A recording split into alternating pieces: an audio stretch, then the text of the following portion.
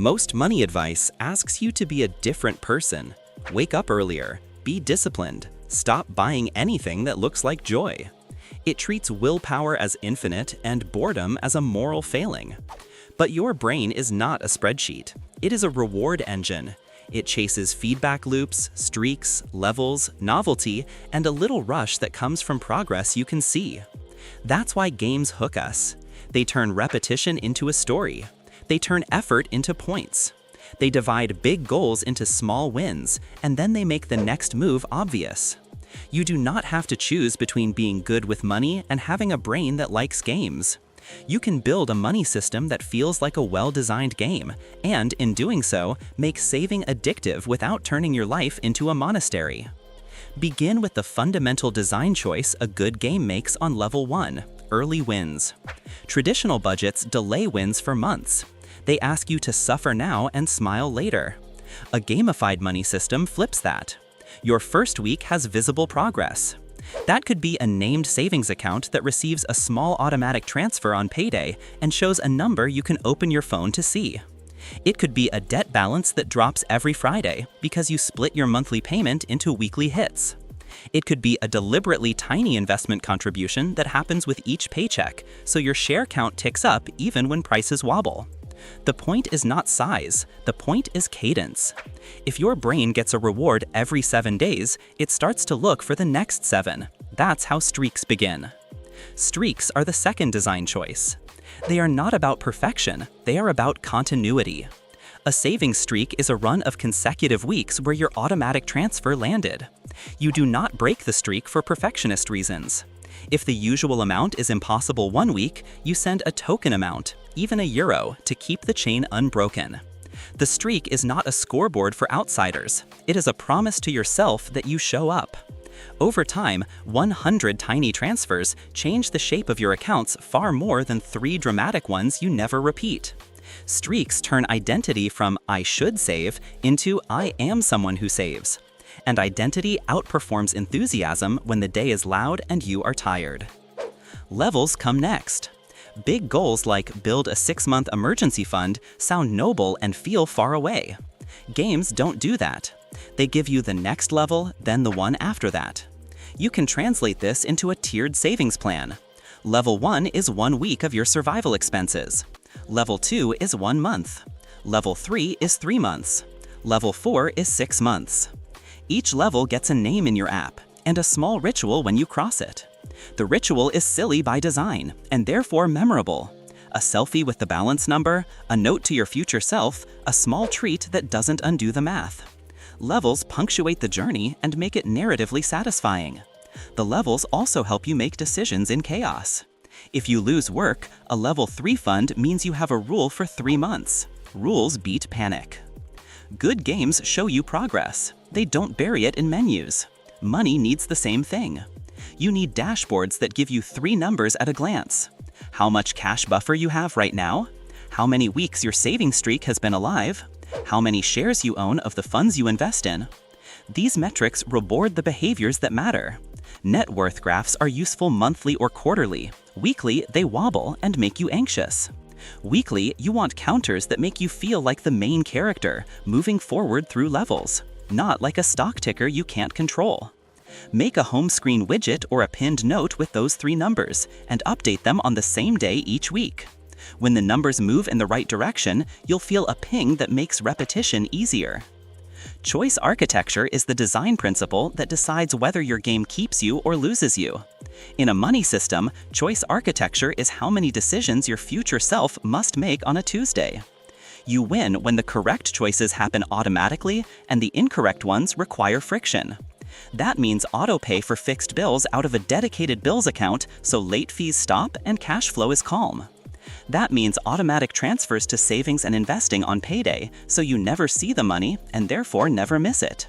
That means a separate spending account for day-to-day life with a visible balance that declines during the week and resets on payday. You check 1 number before ordering dinner. If it is low, the week writes the rule without you shouting at yourself. Games limit the number of levers you can pull at once. Do the same for your finances, and your attention will stop feeling like a battlefield. Feedback loops keep games engaging. You need loops for inputs, not just outcomes. Saving is not only the money you move, it is also the frictions you remove to make moving money easier. A simple loop looks like this. Every Sunday, you glance at your spending account and your bills account, confirm transfers fired, and list 2 frictions to kill. The broken kitchen tool that keeps you ordering delivery, the closet clutter that makes you buy duplicates, the poor lighting that makes cooking feel like work. Fixing friction increases your savings rate indirectly by making the default day cheaper and kinder. Every fix deserves a point on your scoreboard. You can keep a tiny tally in your notes. Frictions removed this month, 7. It's silly. It is also how your brain learns to love maintenance. Rewards must be designed on purpose. Random rewards create chaos. Planned rewards create sustainability. A game gives you loot after a challenge, and often lets you choose the loot. Set loot boxes in your money game that unlock at levels. When you hit 1 month of emergency fund, you might allow yourself a small upgrade that reduces future spending, a pan that cooks well, a lamp that makes evenings pleasant. When you reach 3 months, you might buy a train ticket to see a friend you miss. When you pay off a debt, you might reallocate 10% of the old payment towards something fun for 1 month, while 90% flows to the next target. Rewards build a positive association with progress. Without them, you will eventually resent the system and call it deprivation. Make the game generous in planned places so it can be strict in others without feeling cruel. Constraints are not punishments, they are level design. Levels in games restrict where you can go and what you can fight so you don't get slaughtered. Money needs friendly constraints that prevent one bad day from becoming a debt arc. One constraint is the 48-hour rule on non-essential purchases. You add the item to a list. If you still want it in 2 days and your weekly number allows, you buy. If the desire vanishes, the list did its job. Another constraint is a cap on the number of subscriptions allowed at once. If you add one, you must remove one. Another is a fixed fun allowance that lands every Friday into a separate wallet and vanishes on Sunday. You spend it fully and guilt-free, and then you're done. Constraints turn willpower into rules the calendar enforces for you. The enemy is not pleasure. The enemy is randomness that destroys streaks. Narrative makes games sticky because it gives meaning to repetition. Money can feel like a cold series of transactions. Add a story. Name your accounts with verbs and destinations. The emergency fund is oxygen. The investment account is quiet wealth. The travel fund is summer rail. The debt slayer account is anvil. Names orient your brain without you thinking about it. Pair the names with a 1-sentence policy for each account written where you bank. Oxygen covers 3 months of survival expenses. We only touch it for job loss, health, or housing integrity. Quiet wealth buys broad market funds every paycheck and never sells because of headlines. Summer Rail gets 40 euros per week and pays for train tickets in August. Stories and policies create coherence. Coherence is pleasurable to the human brain. You'll keep doing coherent things. Social mechanics matter. Games build clans, guilds, raid nights, co-op modes. Money is often a solitary grind. You can add community without turning your accounts public. Form a tiny money guild with 2 friends. Share a screenshot of your saving streak each Friday. Share your level up ritual when you hit a tier. Share 1 friction you removed and a tiny reward you plucked. Keep the group small and kind. Do not compare incomes or investments or returns. Compare streaks and systems. The goal is accountability and cheerleading, not competition. If you live with someone, build a weekly 10-minute money and plans ritual that uses the same 3 numbers and ends with 1 gentle adjustment for the week. Rituals replace fights. Streaks are the second design choice. Loss aversion is powerful. We hate losing more than we like gaining. You can use it without turning your life into a casino. Create a visible streak counter and decide a small, harmless penalty for breaking it that supports your future self. If you miss a savings transfer without a proper reason, you must place 5 euros into a forfeit jar that goes to your investing account at month's end anyway. If you order takeout outside your pre-decided plan, you must cook the next 2 dinners from pantry. The penalty is never shame, it's a nudge. The bigger penalty is that the streak breaks and you have to rebuild it. Your brain will do silly things to avoid the twinge of seeing a streak reset to 0. That is the point. We are leveraging ancient wiring to fund modern goals. Scarcity and novelty blend into something else games use expertly: seasons. They run limited-time events. Your money game can run seasons too. Each quarter, declare a theme that nudges a specific metric. Spring could be Kill the Leaks, where you audit subscriptions and insurance and utilities and push your month down by €60 on purpose. Summer could be Earn the Upgrade, where you do a focused side sprint for 12 weeks to fund a specific purchase in cash. Autumn could be the Pantry Challenge, where you use what you have and reduce grocery waste by half. Winter could be Quiet Wealth, where you auto-increase investments by 1%. Seasons keep the game fresh. They also make you feel like you are playing on purpose, not just repeating chores. Choice of difficulty is honest self-design. Some seasons in life are hard mode: a newborn, a move, a job loss, a health scare. In those seasons, your game changes difficulty. The saving streak shrinks but continues. The automatic investments drop by half but do not die. The weekly rituals shorten to 5 minutes. The fun wallet becomes more important because small pleasures prevent larger, more expensive implosions.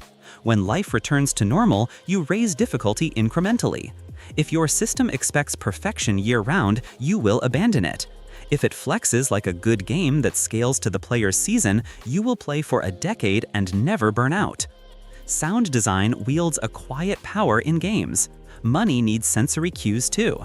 Replace the dopamine hits of purchase confirmations with dopamine hits of savings confirmations. Turn on alerts for transfers into savings and investing accounts. Keep the alerts for spending minimal. You don't want a slot machine for expenses. You want a chime for progress. Some banks let you name notification rules. Name them with verbs you like. Built Oxygen plus €40. Bought Quiet Wealth plus 2 shares. Anvil Smash minus 120 to debt. Laugh if you must. Then watch your brain begin to crave those pings more than the shipping notifications you used to chase. Boss battles exist in money as in games. They are the high-impact moves that change your year. Negotiating a raise, switching jobs, refinancing a loan, selling a car that eats your month, moving to a cheaper lease, insuring smarter, fixing the one habit that wrecks weeks. Gamify these too. Break them into quests with steps, deadlines, and a loot table. A raise quest has research, a brag document, a meeting request, a rehearsal, a conversation, a follow-up. Each step gets a box you can tick. Gamifying does not trivialize the stakes. It makes emotional tasks doable by giving your brain a handle. When the boss goes down, you collect loot. You reassign loot toward your current season's goal. You write a one-line recap in your log. Over time, the log reads like a hero's journey written in euros and choices. Failure in games is cheap. You die, you respawn, you try again. Money makes failure feel expensive. Build cheap failure into your system by running experiments with small stakes.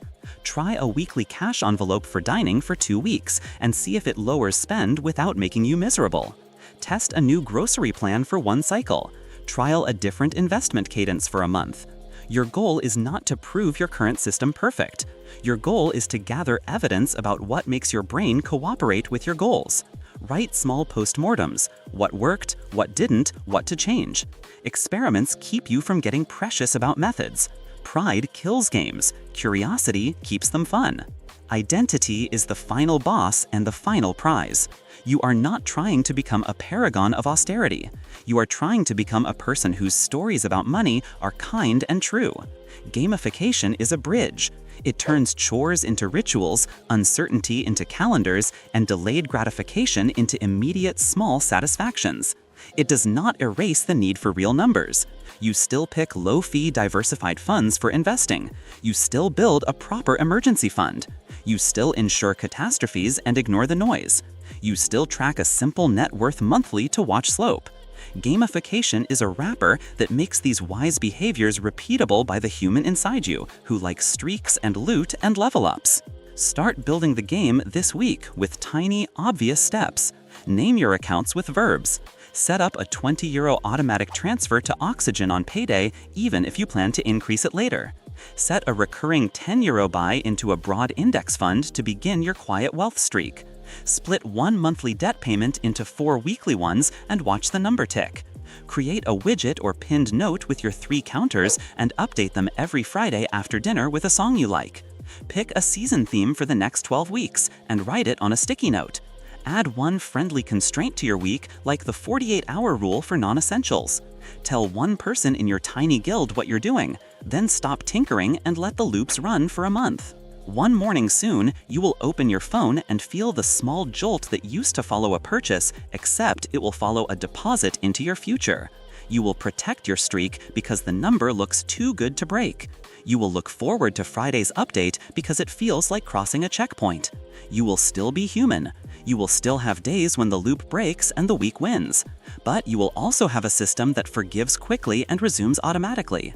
Saving will stop feeling like a diet and start feeling like a game you're good at. Quietly, the balances will climb. Quietly, the debts will shrink.